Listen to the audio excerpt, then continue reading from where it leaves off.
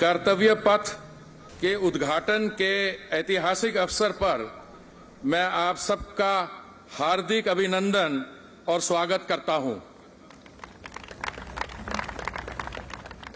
स्वतंत्रता प्राप्ति के बाद पहली बार माननीय प्रधानमंत्री श्री नरेंद्र मोदी जी की दूरदर्शिता, सशक्त नेतृत्व और दृढ़ संकल्प के परिणाम स्वरूप देश के सबसे बड़े ट्रांसफॉर्मेशनल प्रोजेक्ट का शुभ आरंभ किया जा रहा है।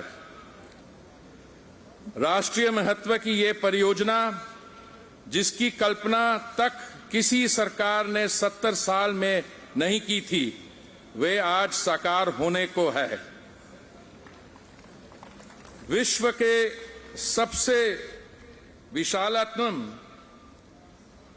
पुराने और जीवंत डेमोक्रेसी, भारत के पूरे गवर्नेंस इंफ्रास्ट्रक्चर, एग्जीक्यूटिव और लेजिस्लेटिव, उसको 20वीं सदी और कॉलोनियल युग से निकालकर 21वीं सदी, जो भारत की सदी कही जा रही है, लाने का और सक्षम बनाने का ये प्रोजेक्ट है। इस महत्वाकांक्षी और अत्यंत आवश्यक प्रोजेक्ट के पहले चरण में कर्तव्य पथ का आज उद्घाटन किया जा रहा है। कर्तव्य पथ का नव भारत की राजधानी दिल्ली, नई दिल्ली का हृदय है। इसका विश्व स्तरीय रूप से सृजन करना हमारी आकांक्षा ही नहीं, हमारा कर्तव्य भी है। माननीय प्रधानमंत्री जी, आपने 15 अगस्त 2022 को लाल किला से देश को संबोधित करते हुए देशवासियों को 2047 तक पंचप्रण का आह्वान किया था। इसका ये जीता जागता उदाहरण है।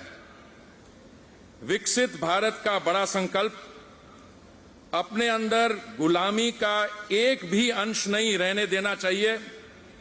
हमें हमारी विरासत पर गर्व होना चाहिए। हमें एकता और एकजुटता के साथ रहना है और प्रत्येक नागरिक को अपने कर्तव्य का पालन करना चाहिए।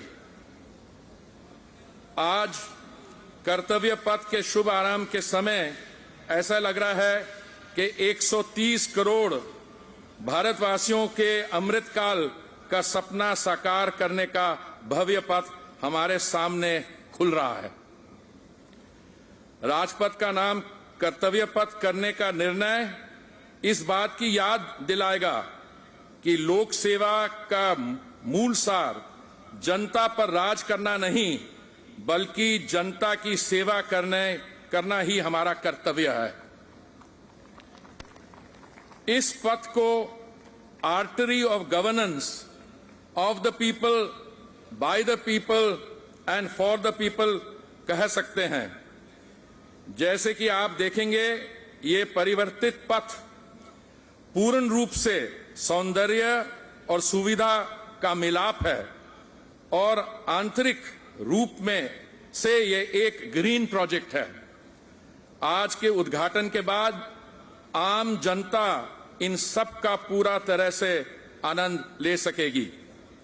महानुभावों, इस पथ पर चलकर हम सही मायने में भारत के विकास का इतिहास लिखने जा रहे हैं। ये पथ है सबके पंचप्रण का, प्रयास का और प्रगति का।